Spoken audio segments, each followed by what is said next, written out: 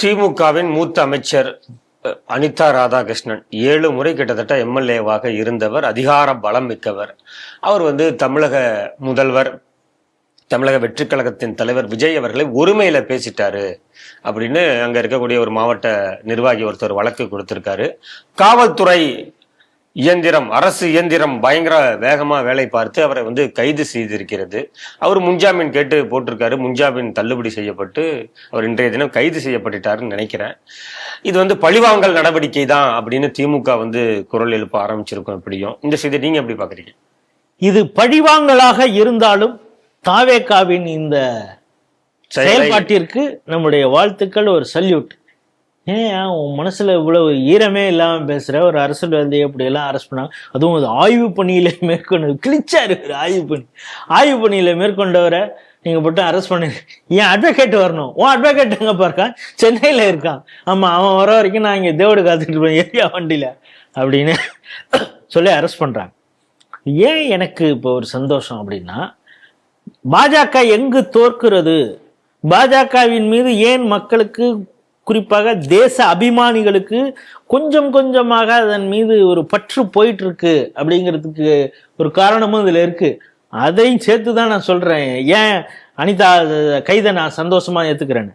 2024 March 25 FIR பதிவாகுது. எதுக்கு அப்படின்னா, ஒரு தேர்தல் பிரச்சாரம் மாதிரியே நடக்கும் பொழுது மோடிய குறித்து, மோடி அந்த நேரத்தில் சேலம் ஒரு மீட்டிங் வராரு. காமராஜரை பற்றி மிகவும் விதந்தோதுகிறார். அவர் எப்படிப்பட்டவர் தெரியுமா, நேர்மையான இது, தமிழகத்தில் பல வளர்ச்சி திட்டங்கள் வந்ததுக்கு காரணம் அவர் தான் அப்படின்னு. அப்ப இவர் திருச்செந்தூர்ல அந்த தூத்துக்குடி அந்த இதுல பேசும் பொழுது என்ன சொல்றாருன்னா, ஆமாமா இவங்க அப்படியே காமராஜரும் இவங்களும் அப்படியே ஒன்னா இருந்தவங்க, காமராஜர் அப்படியே இவர் கட்டி பிடிச்சி இது பண்ணாங்க அப்படின்னு சொல்லிட்டு ஒரு வார்த்தை, அதை நான் பயன்படுத்துறது தப்பு இல்லை, தாயோலி அப்படின்னு சொல்லி அந்த வார்த்தையை பிரைம் மினிஸ்டர் சொல்றார். கேஸ் பதிவு செய்யப்படுகிறது. இப்போது வரைக்கும் அரெஸ்ட் பண்ணல.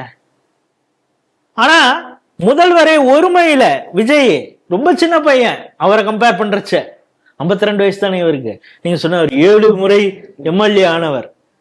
அவர் 2-3 இடத்துல ஒருமையில பேசுறார். இவன் கொண்டு வந்த தீர்மானம், இவன் நடிகையோட படுத்திருந்தான் இப்படின்னு ஒரு 2-3 விஷயம் தான் சொன்னாரு. தூக்கிட்டாங்கல்ல. பிரைம் மினிஸ்டர் 3 தடவை பிரைம் மினிஸ்டர் ஆனவரை தாயோலின்னு சொன்னதை ஒரு பையன் இது வரைக்கும் அரசு ஆட்சி அதிகாரம் கையில இருக்கிற பவர் அவங்க யூஸ் பண்றாங்க. அப்புறம் சென்ட்ரல் மேனிங் இப்ப 19 மாநிலத்துல ஆட்சியில இருக்கிறோம், அசைச்சு விடுறோம், ஆட்டிடுவோம் அப்படிங்கிறது உங்களால ஏன் அரெஸ்ட் பண்ண முடியல? அடக்குமுறையா அவங்க ஏன் உங்க மேல இடியா வந்தாலும் மேல கேஸ்ல இருக்க வச்சு நசுக்க வேண்டியதானே? என்ன பண்ணீங்க? அவனுடைய பேங்க் அக்கௌண்ட்டை ஃப்ரீஸ் பண்ணி அவளை நாயப்பேன அலைய விடலாமே, ஏன் செய்யல? அதனாலதான் உங்களை பாஜக அப்படின்னு சமூக வலைதளங்களை பல பேர் எழுதுறதுக்கு காரணமே இதுதான்.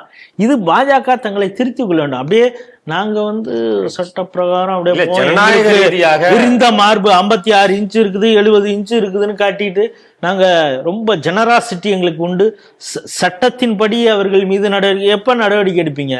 இது சட்டத்தின்படியோ பழிவாங்களோ 2 தடவை. அதாவது என்னன்னா, இது ஒரு விதமாக தங்களுடைய கேடரை ஒரு இதுலயே டெம்பர்லயே வச்சிருக்கிறது. நேற்று ஆதவ அர்ஜுனா பேசும் பொழுது, எங்களுக்கு கரூர்ல ஒரு கணக்கு இருக்கு அப்படின்னு அவர் சொல்றாரு. தொண்டவத்தம் சொல்றான், செந்தில் பாலாஜி அடிச்சு தூக்கு தலைவா அப்படிங்கிறான். ஏன்னா அவனுக்கு அவ்வளவு கோபம் இருக்குது.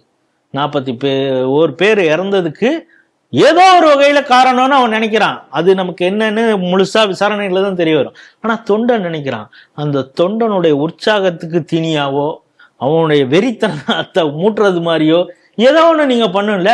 உங்க பிரைம் மினிஸ்டர் ஒருத்தன் தாயோலிங்கிறான், அவன் மேல எந்த நடவடிக்கையும் எடுக்க மாட்டீங்கன்னா உங்க கட்சியின் மீது யாருக்கு நம்பிக்கை வரும், அபிமானம் எப்படி வரும்? ஆகவே இது பழிவாங்கல் நடவடிக்கையாக இருந்தால் கூட தாவேகாவுடைய இந்த செயல்பாட்டை முழுவதுமாக ஆதரிக்கிறேன். என்னை பொறுத்த தனிப்பட்ட முறையில ஒரு லிஸ்ட் இருக்குது. ஏவா வேலு தான் ஃபர்ஸ்ட் அரெஸ்ட் ஆகியிருக்கணும் அப்படிங்கிறாங்க. தலைவன் சிங்கப்பூர் ஹாஸ்பிட்டல்ல சேஃபா போய் படுத்துக்கிட்டாரு. நெஞ்சு வலிக்குது அப்படின்னு நீங்க எடுக்கிறத பார்த்தா ஆல்பாபெட்டிக்கல் வயசுல சொல்றீங்களா? ஆமா, ஏவா வேலு அண்ணே செந்தில் பாலாஜி அவர் தான் குதிரை பேரம், கழுதை பேரம், நாய் பேரம், என்னென்ன பேரம் இருக்குதோ இதெல்லாம் பண்றதுக்கு அவர் எடுத்து இருக்காரு அவர் தம்பியும் தேடிட்டு இருக்காங்க அப்படிங்கிறீங்க. அண்ணன் சேகர் பாபு அவர்கள் வந்து ஹெச்ஆர்என்சியில் என்னென்ன நியமனங்கள், கான்ட்ராக்டு, என்னென்ன புகார் இருக்குன்னு நேற்று தான் தம்பி ரமேஷ் வந்து ஆன்லைனில் புகார் அளிக்கலாம் அப்படின்னு சொல்லியிருக்காங்க. சிவசங்கர் இப்போ தான் ஆஜராயிட்டு வந்திருக்காரு. அவர் வேலைக்கு ஆள் இதில் ஏற்கனவே அவருக்கு முன்னோடியாக செந்தில் பாலாஜி இருந்திருக்காரு. பாருங்க, டிரான்ஸ்போர்ட்ல இருக்கிறவங்க எல்லாருமே வேலைக்கு ஆளில் தான் ஊழல் பண்ணியிருக்காங்க போல இருக்கு. இன்னும் அது நிரூபணம் ஆகல. அவர் இயரிங்க்கு போயிட்டு வந்திருக்காரு சிவசங்கர். ஸோ ஆல்ரெடி ஒரு லிஸ்ட் இருக்குது இவங்கெல்லாம் கைது செய்யப்படலான்னு. இல்லை யார் முன்ன பின்ன கைது செய்யப்படுவாங்க அப்படின்னு இருக்கும் பொழுது ஒருமையில் பேசிய அனிதா ராதாகிருஷ்ணனை முதல்ல தூக்கியிருக்காங்க. அடுத்தடுத்து ஒவ்வொருத்தவங்களாக தூட்டுவாங்கன்னு நினைக்கிறேன். இப்போ இந்த திமுக உடனே அங்கங்க மறியல், உதயநிதி ஸ்டாலின் கண்டனம் தெரிவித்திருக்கிறார். ஸ்டாலின் இது அகங்காரம், இதெல்லாம் வந்து நாசமா போயிடும், மண்ணோடு மண்ணாகிவிடும் எப்பொழுது சொல்றது எமர்ஜென்சியே பார்த்த திமுக. ஆனா திமுக எப்படின்னு இப்ப இன்னைக்கு அரெஸ்ட்டுங்கிறது ஒரு பக்கம், இந்த அரெஸ்ட்டுக்கு அந்த போலீஸ் வந்து நீ ஏரியா அப்படின்னு சொன்ன உடனே போலீஸ் மேலே உங்களுக்கு கோவம் வருது. அது அந்த கோவத்தின் வெளிப்பாடு போலீஸுக்கு என்னவா இருந்திருக்கும்னா, ஆட்சி வந்த உடனே இவர் ஒரு இடத்துல பார்க்கிங் பண்றாரு மக்களுக்கு இடையூறாக. அப்பொழுது அவர் மீது ஒரு சார்ஜ், இந்த வண்டி இங்கே நிறுத்திருக்காங்கன்னு சொல்லி கேஸ் டிராஃபிக் போலீஸு கேஸ் போடுறாரு. அதுக்கப்புறம் இவர் எங்கேயோ டியூட்டி பார்த்துட்டு இருக்கிறப்ப அவருடைய பிஏ, அனிதாவுடைய பிஏ வந்து ஒரு நடு ரோட்லேயே சட்டையை கொத்து பிடிச்சி அடிக்கிறான். அதுக்கப்புறம் இவர் ஃபோன்லாம் வச்சு என்ன தம்பி இதெல்லாம் பண்ணாத, கேஸை அவர் கொடுத்த உடனே கேஸை வாபஸ் வாங்க சொல்றதுக்கு இவர் மிரட்டுறார். இதெல்லாம் நம்ம இதே ஸ்ரீ டிவியில் பேசியிருக்கிறோம். ஆட்சிக்கு வந்த புதில் அந்த போலீஸுக்கு அந்த மனசில் அதெல்லாம் இருக்கும்ல, அதை எப்போ கொட்டுறது? இப்போ தானே கொட்டுவாங்க. இப்போ பாருங்க, நேற்று சிவகங்கையில் எஸ்ஐ துரைசிங்கம் அப்படிங்கிறவர் அங்கே வந்து சாத்தம்பட்டி அப்படிங்கிற ஒரு இடத்துல மணல் கொள்ளை, அந்த மணல் கொள்ளையில் ஈடுபட்டது யாருன்னா கல்லால் ஒன்றிய திமுக இளைஞர் அணி அமைப்பாளர், துணை அமைப்பாளர் கல்ராஜ் அப்படிங்கிறவர் ஒருத்தர். அவருடைய லாரியை, டிப்பர் லாரியை பிடிச்சி வச்சிருக்காரு போலீஸு.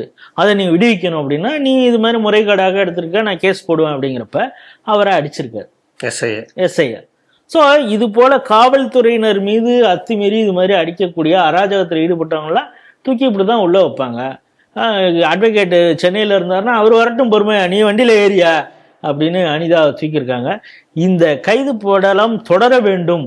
ஆனால் உண்மையாக கேஸ் நடத்தி அதை அவங்கள ப்ரூவ் பண்ணி அவங்கள எல்லாரையும் உள்ள வைக்கணும் அப்படிங்கிறது தான் நம்முடைய பார்வை.